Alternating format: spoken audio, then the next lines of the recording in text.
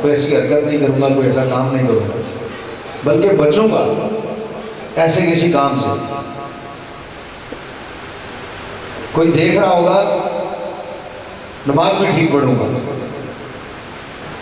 کہ مجھے کوئی دیکھ رہا ہے، کوئی دیکھ رہا ہوگا اپنی ہر عبادت کو بہتر کروں گا کہ مجھے کوئی دیکھ رہا ہے۔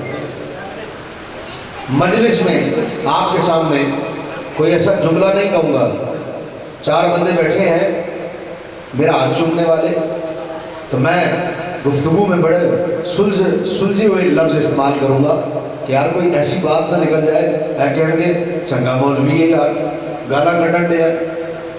بہت محتاط رہوں گا، اس لیے کہ محفل کو پاک کرنا یہ بہت آسان ہے، لیکن ولی کے پاس ولایت اللہ کی امانت ہوتی ہے۔ ولایت کا اعلیٰ درجہ کیوں ہے، عرس کیوں ہوتے ہیں، جانے کے بعد بھی بینر کیوں چھپتے ہیں اور عرس کیوں ہوتے ہیں؟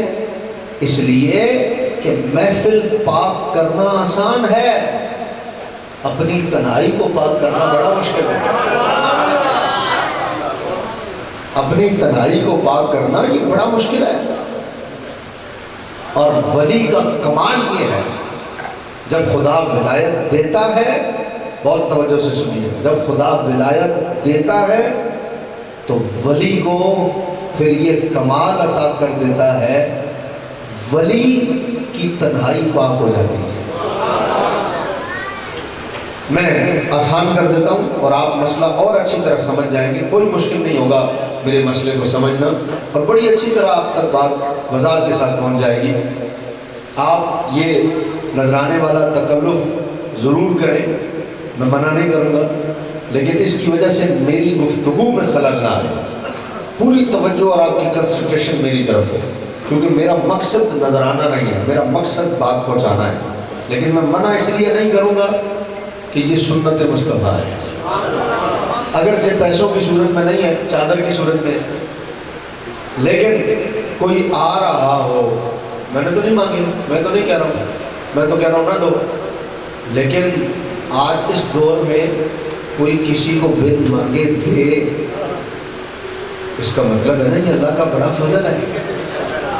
مطلب دیکھیں نا، میں تو نہیں کہہ رہا ہوں مجھے دے، لیکن کوئی دے رہا ہے اس کو کہہ دینا رک جاؤ، یہ مزاج بھی میرا نہیں ہے، اور کسی کا ہو تو میں بھی نہیں کہتا، اس لیے کہ وہ پتہ نہیں کس محبت سے آ رہا تھا، اور اس محبت سے آتے ہوئے میں نے اس کو روک دیا، پتہ نہیں اس کے دل پہ کیا بیتے۔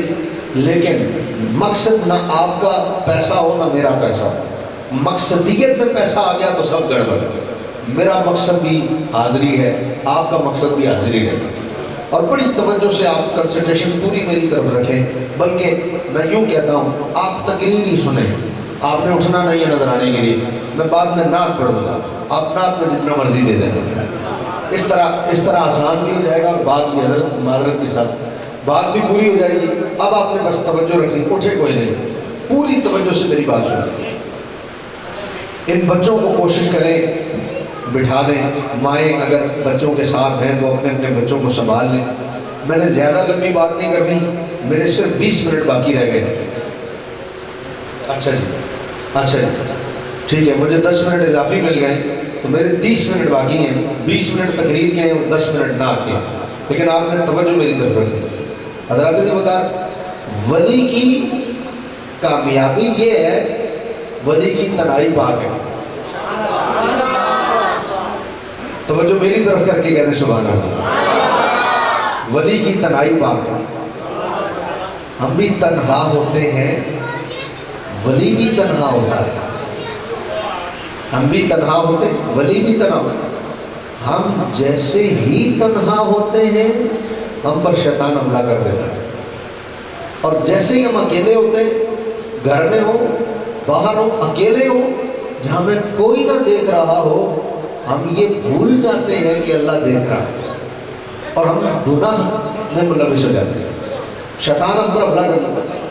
تنہائی میں شیطان ہم پر پورے ڈورے ڈال دیتا ہے اور ہم سے گناہ کروا لیتا ہے۔ بات یہ ہے کہ اسی جسم کا ولی بھی بنا ہوا ہے، اسی مٹی کا ولی بھی بنا ہوا ہے، اور ولی بھی اکیلا ہوتا ہے، ولی بھی تنہا ہوتا ہے۔ فرق کیا ہے؟ امانت ہوتی ہے ولایت ولی کے پاس اللہ کی، تو جب وہ تنہا ہوتا ہے ہم پر شیطان حملہ کر کے ہمیں گناہ میں ڈال دیتا ہے، اور ولی جب اکیلا ہوتا ہے تو خدا کے حضور سر سجدے میں رکھ دیتا ہے۔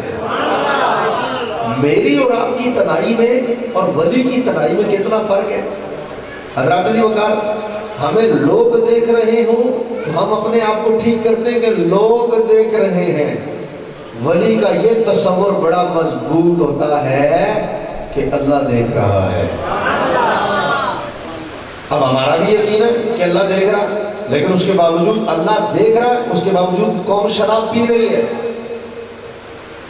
اللہ دیکھ رہا ہے، اس کے باوجود قوم زنا کر رہی ہے۔ اللہ دیکھ رہا ہے، اس کے باوجود قوم، لوگ، عوام برائی میں پڑے ہوئے ہیں۔ اللہ دیکھ رہا ہے، لیکن اگلے کا یہ خیال نہیں ہے کہ اللہ دیکھ رہا ہے، باوجود اس کے کہ وہ دیکھ رہا ہے ہم بھول گئے اللہ دیکھ رہا ہے۔ تو سوال یہ ہے، اسی مٹی کا ولی بھی تو بنا ہوا ہے، ولی کا بھی تو وہی جسم ہے، یہ تبدیلی کیوں آ گئی کہ ہم تنہائی میں گناہ کر رہے ہیں اور ولی تنہائی میں اللہ کو یاد کر رہا ہے؟ کیوں؟ یہ کیا تبدیلی ہے؟ کیا وجہ ہے کہ اس کے اندر تنہائی میں اس پر شیطان ڈورے نہ ڈال سکا؟ اس نے اس امانت کا پاس رکھا ہے جو اللہ نے اسے عطا کی ہے کہ یا اللہ میں تو تیرے بندے کی امانت پہ خلل نہیں آنے دیتا، تو یہ تو مجھے تو نے عطا کی ہے، اس میں کیسے میں خیانت کر لوں؟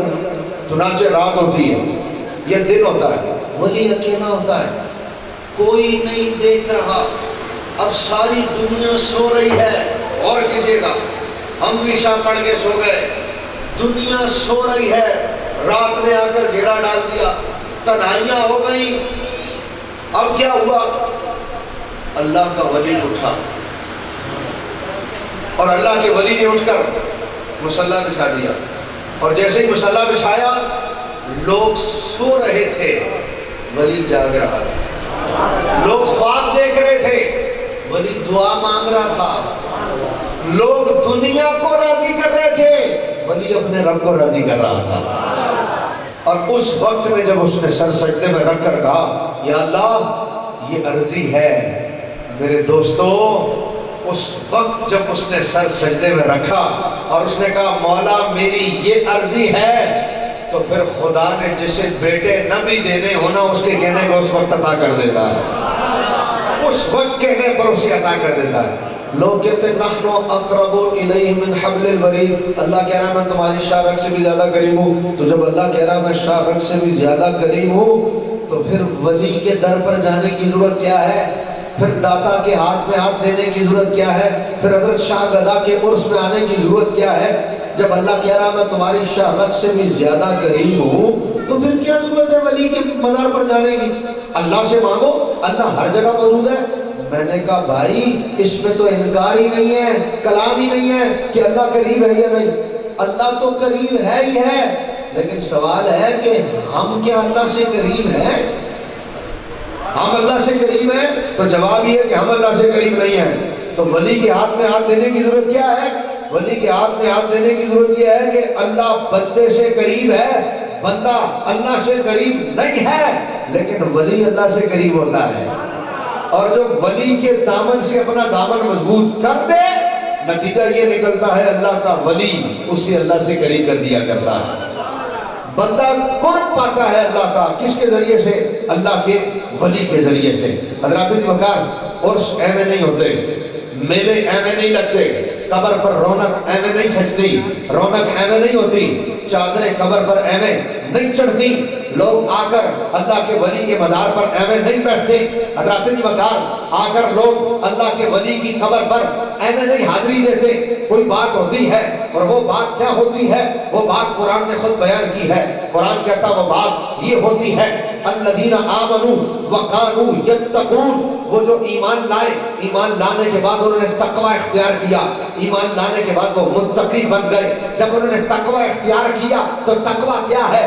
لوگ سو رہے ہو اللہ کا ولی جاگ رہا ہو، لوگ خواب خرگوش میں ہو اللہ کا ولی تہجد پڑھ رہا ہو۔ تقوی کیا ہے؟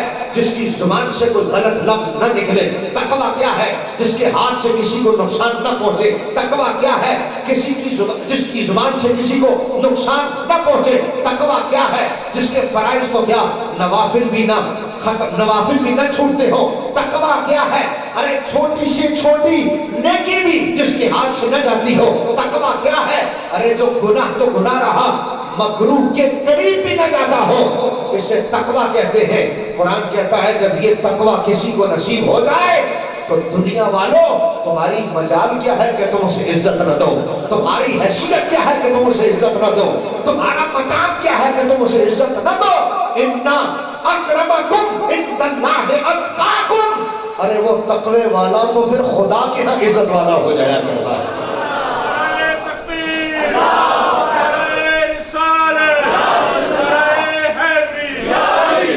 وہ تقوی والا تو پھر اللہ کی عزت والا ہے، اور جب وہ اللہ کی عزت والا ہو جائے تو جسے اللہ کے ہاں عزت مل جائے کائنات میں خود ہی سارے اس کی عزت کرنے لگ جاتے ہیں۔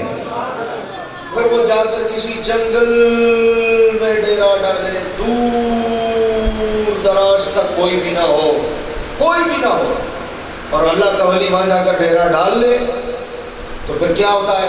پھر نتیجہ یہ ہوتا ہے جہاں ولی آتا ہے بستیاں وہیں بن جاتی ہیں، جہاں ولی آتا ہے شہر وہیں بن جاتے ہیں، جہاں اللہ کے ولی کے قدم پڑتے ہیں دنیا والے وہیں آ جاتے ہیں۔ اللہ کا ولی بستی میں جا کر ڈیرا نہیں ڈالتا، اللہ کا ولی بالکل ویرانے میں جا کر ڈیرا ڈالتا ہے۔ اللہ کے ولی کے قدموں کی برکت سے اللہ وہاں پر بستیاں آباد کر دیتا ہے، دنیا دور دور سے اللہ کے ولی کی طرف آتی ہے۔ یہ بھی ولایت کی پہچان ہے حضرات علی وقار کہ اللہ کا ولی آ کر ڈیرا وہاں ڈالے جہاں کوئی نہ ہو اور وہاں بستیاں بن جائیں۔ حضرت داتا صاحب نے ڈیرا کہاں ڈالا؟ جب راوی بہتا تھا، اور راوی یہاں بہتا تھا جہاں داتا صاحب کا مزار ہے، یہاں راوی بہتا تھا، اور آ کر آپ نے اس جگہ پر ڈیرا ڈالا۔ جب آپ نے آ کر اس جگہ پر ڈیرا ڈالا تو اس کے بعد کیا ہوا؟ بستی بنتے بنتے بنتے بنتے آج دریا کہاں پہنچ گیا، اور لاہور پہچانا ہی داتا کے نام سے جاتا ہے۔ لاہور کی مشہوری ہی حضرت داتا صاحب رحمۃ اللہ تعالی کے نام سے۔ حضرات بغار یہ اولیاء کا فیضان ہے جو اسی طرح جاری و ساری ہے، اور یقیناً وجدان کامل ہے۔ حضرت شاہ گدا رحمۃ اللہ تعالی نے جب آ کر یہاں ڈیرا ڈالا، یہ بستی نہیں ہوگی، یہ آس پاس کا علاقہ نہیں ہوگا، دور دور تک اس سناٹے میں کوئی آنے کو تیار نہ ہوگا، لوگ ڈرتے ہوں گے اس سناٹے میں آنے کو اور کہتے ہوں گے اتنے کون جائے گا، لیکن اللہ کا ولی ویرانے میں آتے میں ڈرتا نہیں ہے۔ کیوں نہیں؟ اس لیے کہ ولی کی جو طبیعت ہوتی ہے وہ خدا سے ڈرتی ہے، کسی اور شے سے نہیں ڈرتی۔ نتیجہ کیا نکلتا ہے؟ نتیجہ یہ نکلتا ہے ولی اللہ سے ڈرتے ڈرتے جب کسی مقام پر آ کر ڈیرا ڈالتا ہے اور وہاں پر آ کر اللہ کو یاد کرتا ہے تو پھر نتیجہ یہ نکلتا ہے دنیا کے کونے کونے تک اللہ فرشتوں کے ذریعے سے اس ولی کی محبت کو لوگوں کے دلوں میں قائم کروا دیتا ہے۔ یہی وجہ ہے کوئی کم کوششیں نہیں ہوئی مزارات کو مٹانے کی، یہی وجہ ہے کوئی کم کوششیں نہیں ہوئی عرس کو ختم کرنے کی، یہی وجہ ہے کوئی کم کوششیں نہیں ہوئی اعراس کی زینت کو ختم کرنے کی۔ کسی نے بھنگڑے ڈلوائے، کسی نے ڈھول پٹوائے، کسی نے میلے لگوائے کہ اعراس کو بدنام کیا جائے، تصویریں کھینچی گئی، فیس بک پہ ڈالا گیا، سعودیہ بھیجا گیا، وہاں سے ریال لیے گئے کہ دیکھو عرصوں پر کیا ہوتا ہے۔ اگلوں نے لال رومال والے مولوی رکھے، انہوں نے تقریریں کی، انہوں نے پابندیاں لگوائی۔ یہ سارے کام کرنے کے بعد بھی جب عرس نہیں رکے تو پھر اگلوں نے مزارات پر دھماکے کروائے، کبھی داتا صاحب پہ ہوا، کبھی کوٹ سرور پہ ہوا، کبھی عبداللہ شاہ غازی پہ ہوا، کبھی عبد